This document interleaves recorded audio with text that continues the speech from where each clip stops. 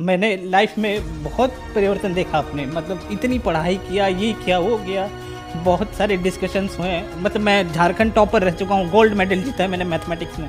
इन सब का क्या है? ये सब कुछ नहीं है सर, मैं बता रहा हूँ आपको।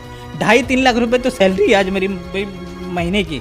मतलब वो जो भी हो चुका है, हो सका है, वो सब सिर्फ और सिर्फ संत रामपाल जी महाराज की वजह से हो सका है। जो भी व्यक्ति इस बात को अगर बोलता है कि मतलब मैं साइंस हूँ और मैं आपको चैलेंज कर सकता हूँ, मैं बता रहा हूँ आपको, आप एक बार उनका सत्संग बस सुनकर देखिए। वो जो वहाँ जेल में बैठे हुए हैं ना, वो साक्षात भगवान है। दोस्तों, ये है नीलमणि दास, जो छत्तीसगढ़ के रहने वाले हैं और साइंस का स्टूडेंट होते हुए भी संत रामपाल जी महाराज को भगवान बता रहे हैं। आइए जानते हैं कि नीलमणि दास संत रामपाल जी महाराज को भगवान आखिर बता क्यों रहे हैं। नमस्कार सर। नमस्कार सर।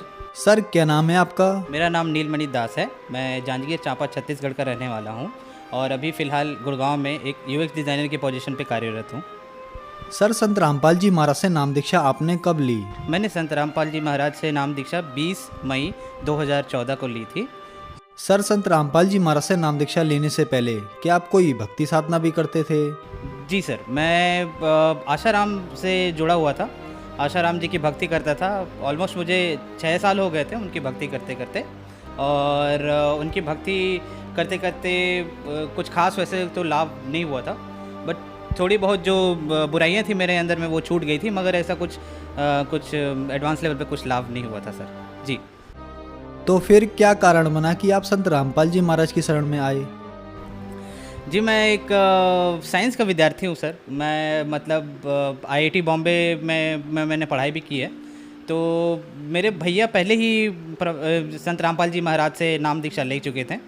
तो उनके साथ मैंने बहुत आर्ग्यूमेंट किया कि भैया ये क्या हो सकता है, मतलब इंसान कैसे भगवान का रूप का दर्जा मिल सकता है किसी को। तो मैंने बहुत आर्ग्यूमेंट किया। मैं आसाराम जी की पॉइंट ऑफ उनके टाइम पे भी मैंने बहुत आर्ग्यूमेंट किया था कि नहीं, साइंस से बड़ा तो कुछ है ही नहीं, मतलब विज्ञान ही है सब कुछ गॉड का एग्जिस्टेंस आप ऐसे किसी आदमी को नहीं बता सकते।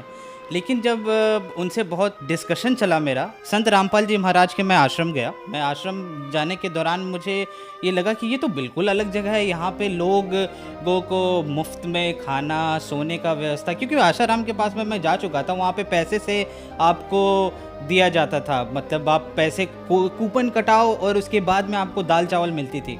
वहाँ पे इतना कोई व्यवस्था नहीं था। बड़े जो पैसे वाले हैं उनको आगे बैठाया दिया जाता था, हम लोग बहुत पीछे बैठते थे और कहीं से दूर में तो छोटी मोटी झलकी मिलती थी आशाराम जी की। लेकिन यहाँ पे देख रहा हूँ सारे लोग आके आराम से परमात्मा आशीर्वाद दे रहे हैं। और उसी दौरान पे मुझे थोड़ा सा मन में तो कहीं विचार हुआ, नहीं यार, मैंने कहीं और भी भक्ति की है तो यहाँ पे भी आकर एक कोशिश की जाए। संत रामपाल जी महाराज से मैंने नाम उपदेश लिया। संत रामपाल जी महाराज ने आशीर्वाद भी दिया। और मुझे सबसे एक आश्चर्य बात और लगी सर कि आप किसी भी व्यक्तिजन के आश्रम में जाएं, आशाराम जी को ले लें या किसी और भी बहुत सारे संत और जो पुरुष अपने आप को बताते हैं उनके आश्रम में जाएंगे तो वो लोग इंडिविजुअली आपको आकर आशीर्वाद नहीं देते हैं। मतलब जो मैंने नोटिस किया संत रामपाल जी महाराज के आश्रम में, वो हर एक शिष्य को आकर उनके सर पर हाथ रखकर आशीर्वाद दे रहे थे, जो कि अपने आप में एक बहुत बड़ी बात है। मतलब कौन से एक आप इतने बड़े पदवी पे पहुंच गए हो तो अपने आप को समझने लग जाते कि नहीं मैं तो आई एम गॉड। तो वो चीज़ मुझे लगा कि नहीं यार, वो तो एकदम बिल्कुल अपने आप को ऐसे दर्शा रहे हैं जैसे कि नहीं बेटा, मैं तुम्हारा गुरु हूँ और तुम लोग शिष्य हो और तुम्हारा जितना भी दुख और ज़िंदगी में जितने कष्ट हैं उसको निवारण करना मेरा ही काम है। तो मतलब ये चीज़ मुझे दिखा और इसके बाद मैंने तो निश्चय कर लिया कि नहीं, मुझे संत रामपाल जी महाराज से नाम उपदेश लेना चाहिए। सर आप साइंस पर विश्वास करते हैं, फिर आपने संत रामपाल जी महाराज से नाम दीक्षा ली। हम आपसे पूछना चाहेंगे कि अभी आपकी क्या क्वालिफिकेशन है, आप क्या काम करते हैं? जी, मेरी क्वालिफ़िकेशन, मैं national institute of fashion technology से बैचलर इन डिज़ाइन टेक्सटाइल में मैंने डिग्री ली है। मैं उस दौरान पे शाहरुख खान, आपने अभिनेता का नाम सुना होगा, मैंने उसके घर का इंटीरियर भी डिज़ाइन किया हुआ है। ये इंडिया टुडे के आर्टिकल में पब्लिश भी है। आप मेरा नाम अगर नील मणि करके इंडिया टुडे टाइप करेंगे तो आपको मिल जाएगा। उसके आर्टिकल में, टॉप आर्टिकल में ही मेरा नाम है। और वो शाहरुख खान के इंटीरियर करने के बाद बहुत बड़े बड़े डिज़ाइनर्स के भी साथ भी मैंने काम किया। जिनमें से मनीष अरोरा हैं और करण जौहर, वरुण बहल के साथ भी काम किया। और वो छोटी छोटी बहुत उपलब्धियां थी जिसको संजो कर मैंने मास्टर डिग्री के लिए भी कोशिश करी।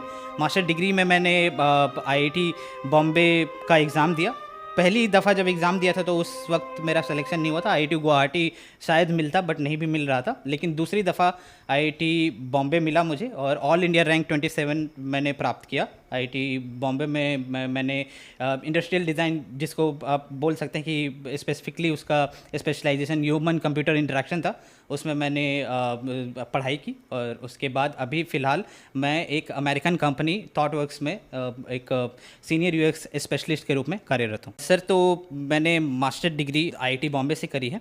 मुझे ऑल इंडिया रैंक 27 मिला था। आईआईटी बॉम्बे में मुझे गोल्ड मेडल भी मिला है, जिसमें फाइनल डिग्री का जो आपको प्रोजेक्ट सबमिट करना होता है उसमें मुझे गोल्ड मेडल मिला, बेस्ट स्टूडेंट का अवार्ड मिला था मुझे। और संत रामपाल जी महाराज के ही आशीर्वाद से मेरा आईआईटी बॉम्बे में सिलेक्शन हुआ था। आईआईटी एक इतनी बड़ी संस्थान है, मतलब लाखों बच्चे वहाँ एडमिशन के लिए तड़पते हैं, मरते हैं, मतलब कि नहीं वो वहाँ पे हमारी एडमिशन हो जाए। लेकिन सिर्फ आशीर्वाद मात्र से, संत रामपाल जी महाराज के आशीर्वाद मात्र से वो सिलेक्शन हो गया था मेरा। और ये सर मैं ये आपको ये भी बात बताना चाहूँगा, मैं संत रामपाल जी महाराज के पास में मैं 2013 में भी एक बार जा चुका था, जिस समय भैया ने मुझे बोला कि तुम जाकर आश्रम देखो, तुम्हें नाम उपदेश लेने का इच्छा करेगा तो ज़रूर लेना। उससे पहले भी एक बार मैं गया था, जिस दौरान पे मैंने उसी वक्त बोला था भैया को कि अगर मुझे आईआईटी बॉम्बे में मेरा सिलेक्शन हो जाए ना भैया, तो मैं पक्का काम उपदेश लूँगा, तो मुझे समझ में आ जाए कि हाँ यही कि ही इज़ द गॉड। तो जैसे ही मैंने बोला कि संत रामपाल जी महाराज से मेरी वार्तालाप भी हुई, मैंने उनको बोला कि मैं आईआईटी बॉम्बे में मैं एडमिशन चाहता हूँ, तो उन्होंने एकदम आशीर्वाद दिया और बोला बेटा हो जाएगा, और हो ही गया। मतलब इससे बड़ी चीज़ और क्या हो सकती है।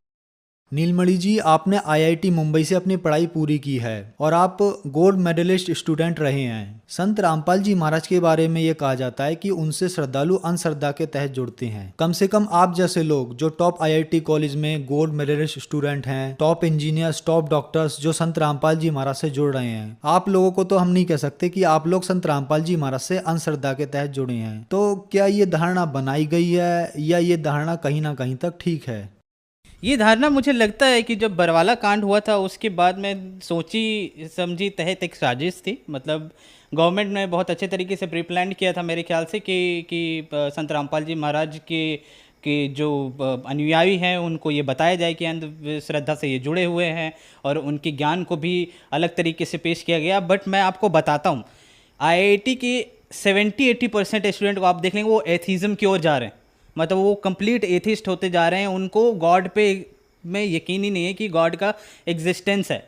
इसने इस पर्टिकुलर यूनिवर्स को किसने क्रिएट किया है। अरे भाई, आप बोलते हो कि ये गैलेक्सी इतना बड़ा है, मुझे दिखाई नहीं देता, इतना अभी तक आप मानिए सर कि जितने सारे आपके फिलोसोफर हैं, जितने सारे आपके साइंटिस्ट हैं, इवन आप बोलिए ना तो जो आईआईटी से मास्टर डिग्री लेते हैं उनको आप एक जूनियर साइंटिस्ट भी बोल सकते हैं, और मैं एक जूनियर साइंटिस्ट भी हूँ।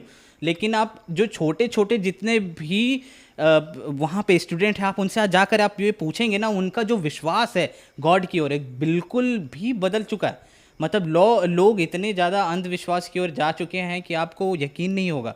और ये संत रामपाल जी महाराज को इस तरीके से ठहराना, उन्होंने एक एक चीज़ को, हर एक शास्त्रों को खोल के, वेद को, सभी चीज़ों को बताया है कि कहाँ पे भगवान का जिक्र है और वो भगवान आखिरकार कौन है, और हमें किस भगवान का पूजा करना चाहिए, किस तरीके से करना चाहिए, और सही तरीके का गुरु कौन है। उन्होंने तो सिर्फ यही बताया।